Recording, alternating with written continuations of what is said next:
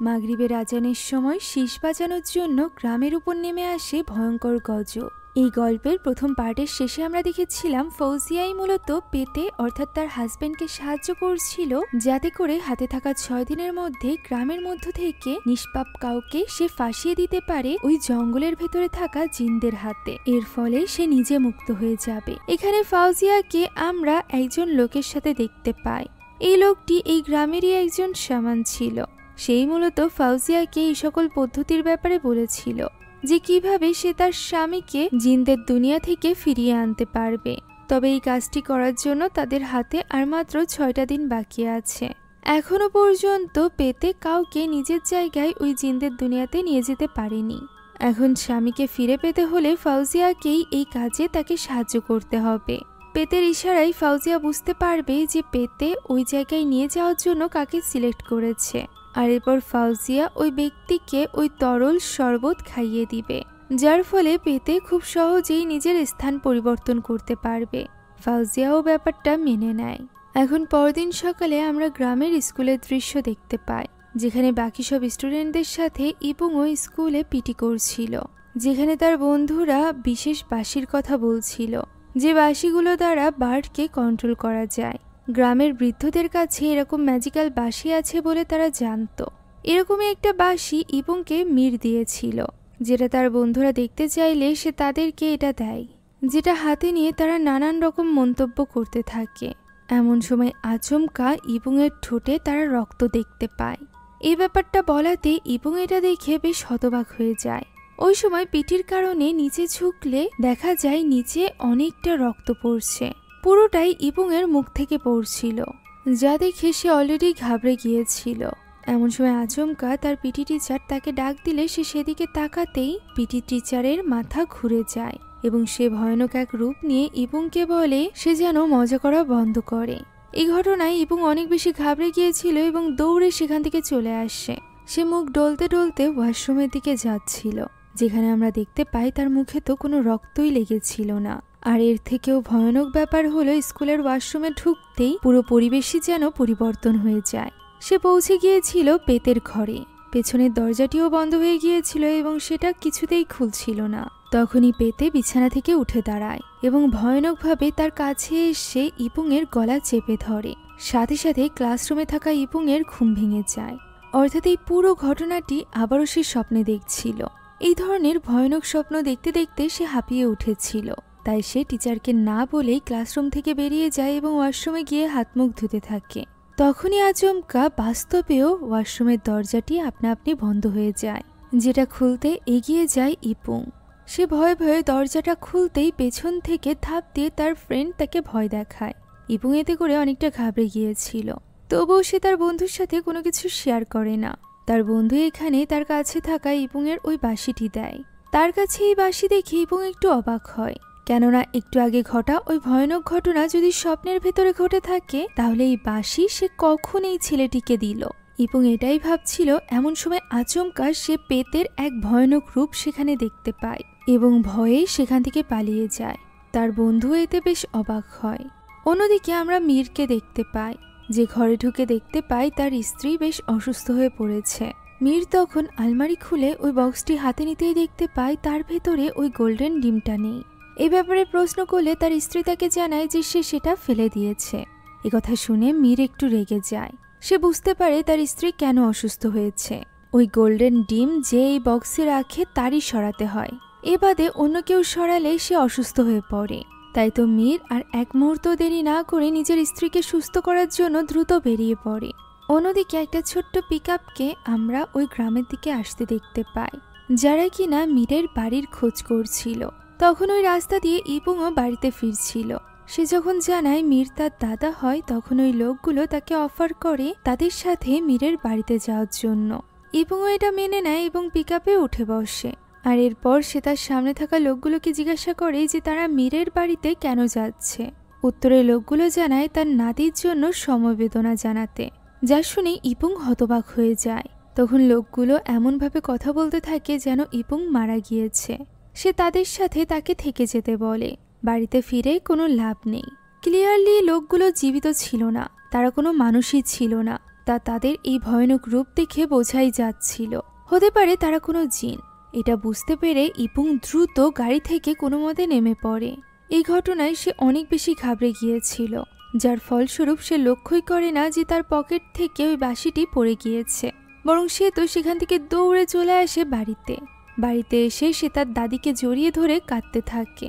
তার দাদি তাকে সান্ত্বনা দিতে থাকে। ওই সময় আমরা ফাউজিয়াকে দেখতে পাই, যে কিনা বাইরে কাপড় নাড়ছিল।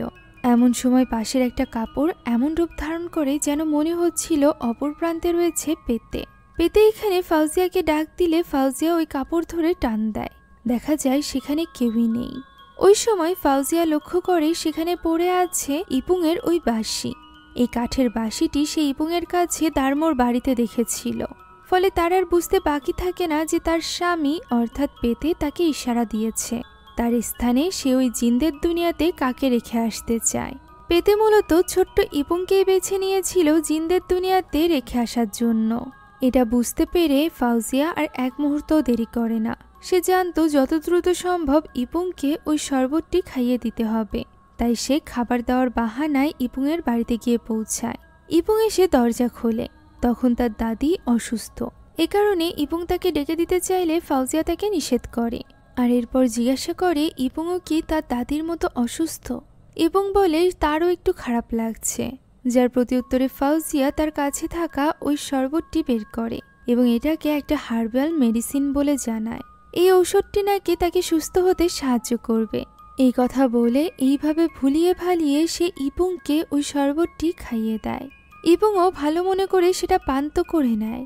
সেই সাথে ফাউজিয়াকে বিদায় জানিয়ে সে যখনই ঘরের দিকে যাচ্ছিল তখনই আচমকা তার শরীর খারাপ হতে শুরু হয়। চোখ মেলতেই সে দেখতে পায় সে অন্য জগতে পৌঁছে গিয়েছে। তার হাত থেকে বক্সটি পড়ে যায়, সাথে সাথে দরজাটিও বন্ধ হয়ে যায়। ফলে ওই জগতেই আটকে পড়ে যায় ইপুং। অন্যদিকে মীর পৌঁছে গিয়েছিল তীর্থর বাড়িতে।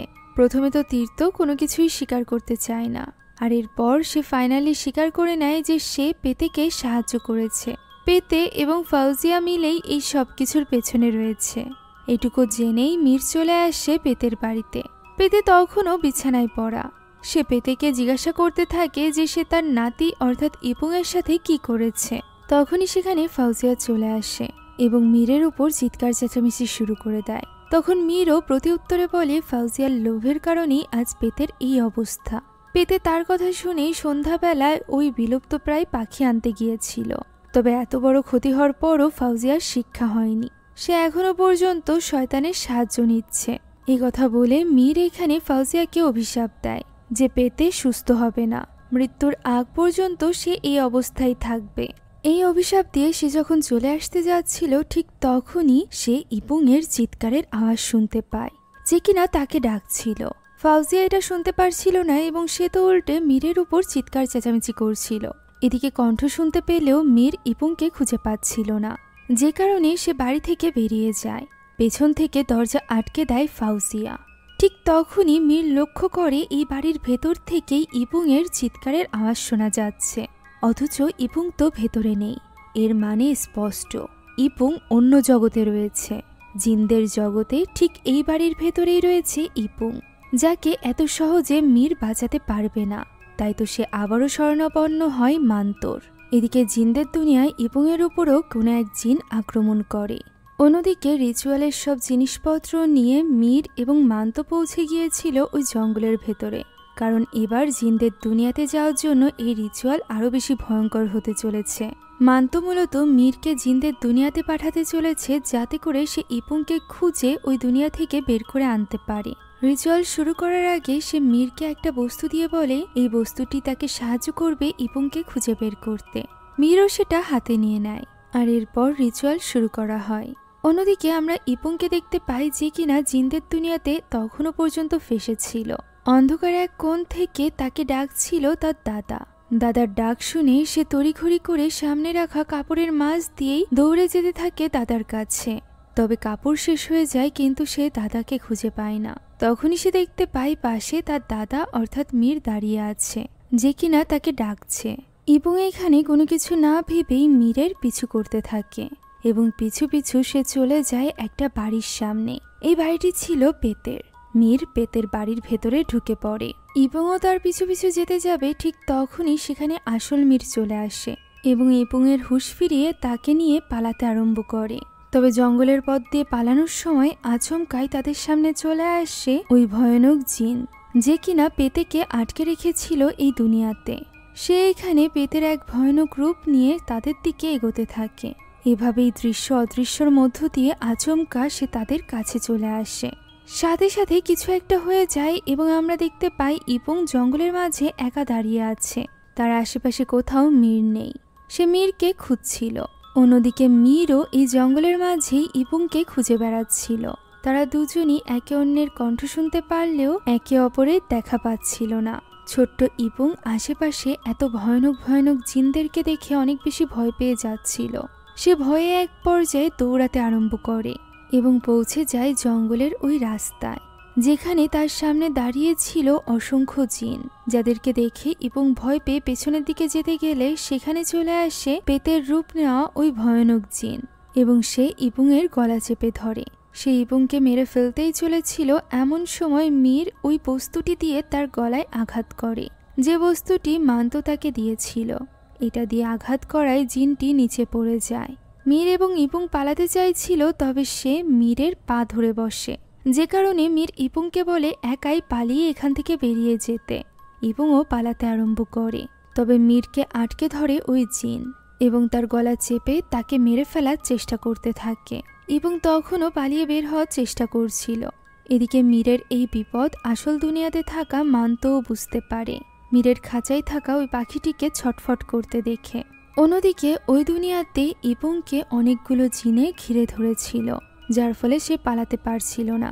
এমন সময় মান্ত সেখানে অনেকগুলো পাখির সাহায্যে উপস্থিত হয়ে যায়, যে পাখিগুলো ওই জিনদেরকে আটকে ধরে এবং এই সুযোগ নিয়ে মান্ত ইপংকে নিয়ে ওই দুনিয়া থেকে বেরিয়ে আসে এবং মীরের কথা বলে, অর্থাৎ নিজের দাদার কথা বলে। তবে এই মুহূর্তে মীরের কথা ভাবার মতো সময় ছিল না, তাই মান্ত ইপংকে নিয়েই বেরিয়ে আসে। দেখা যায় রিচুয়ালে ব্যবহার করা ওই দুটো খাঁচার মধ্য থেকে একটা খাঁচাই পাখি ফিরে এসেছে, অন্য খাঁচাটি ফাঁকা। এর মানে মীর ওই দুনিয়াতেই আটকে গিয়েছে, যে কারণে ইপং এবং তার দাদি ভীষণ দুঃখী ছিল। তার দাদি তো খাওয়া দাওয়াই বন্ধ করে দিয়েছিল, ছোট্ট ইপংই তার খেয়াল রাখছিল। অন্যদিকে পেতে একদমই সুস্থ হয়ে গিয়েছিল, কেননা ওই জিন তার বদলে মীরকে ওই দুনিয়াতে রেখে দিয়েছে, যে কারণে সে এখন ফাউজিয়ার সাথে একদম স্বাভাবিক একটা জীবন শুরু করেছিল। ফাউজিয়াও এই ব্যাপারটা নিয়ে ভীষণ খুশি ছিল। শয়তানি রিচুয়ালের সাহায্যে পাওয়া যাক বা যার ক্ষতিই হোক না কেন, অন্ততপক্ষে সে তার হাজবেন্ডকে তো ফিরে পেয়েছে। তবে আদৌ কি সবকিছু স্বাভাবিক ছিল? আমরা দেখতে পাই পেতে ঘরের ভেতরে যাওয়ার পর ফাউজিয়ার সাথে বেশ অদ্ভুত ঘটনা ঘটতে থাকে। বাইরে ঝোপঝাড়ের মধ্যে কোনো এক ভয়ানক শক্তি তার দিকে নজর রেখেছিল, যে ব্যাপারটা ফাউজিয়াও লক্ষ্য করে। এদিকে ঘরের ভেতরে বসে পেতে পাখিকে খাবার খাওয়াচ্ছিল। একটা পাখিকে খাবার খাইয়ে সে যখন উপরে থাকা আরেকটা পাখির খাঁচা নামায়, তখন সে ভয়ে চিৎকার করে ওঠে, কেননা এই খাঁচার ভেতরে ছিল তার স্ত্রীর কাটা মাথা, যাকে একটু আগেই সে জীবিত বাইরে দেখেছে। সে ভয়ে চিৎকার করে বাইরে এসে দেখতে পায় তার স্ত্রীর ধর মাটিতে পড়ে আছে। ফলে সে অনেক বেশি ঘাবড়ে যায় এবং ভয়ে পালাতে আরম্ভ করে। চিৎকার করে এইভাবে তাকে পালাতে দূর থেকে দেখতে পায় মান্ত। এই সব কিছুর পেছনে আসলে মান্তই ছিল। সেই সব কিছু মূলত করেছিল তার বন্ধু মীরকে ওই দুনিয়া থেকে ফিরিয়ে আনার জন্য। শেষ দৃশ্যে আমরা মীরকে জীবিত সুস্থ সবল অবস্থায় দেখতে পাই, যে কিনা এই দুনিয়া অর্থাৎ আসল দুনিয়াতে নিজের বাড়ির সামনে এসে দাঁড়িয়ে পড়ে এবং মুখে একটা হাসি তার। এরই সাথে শেষ হয়ে যায় আজকের এই গল্পটি। আশা করছি এই অন্যরকম কনসেপ্টে তৈরি মুভিটি আপনাদের কাছে ভালো লেগেছে।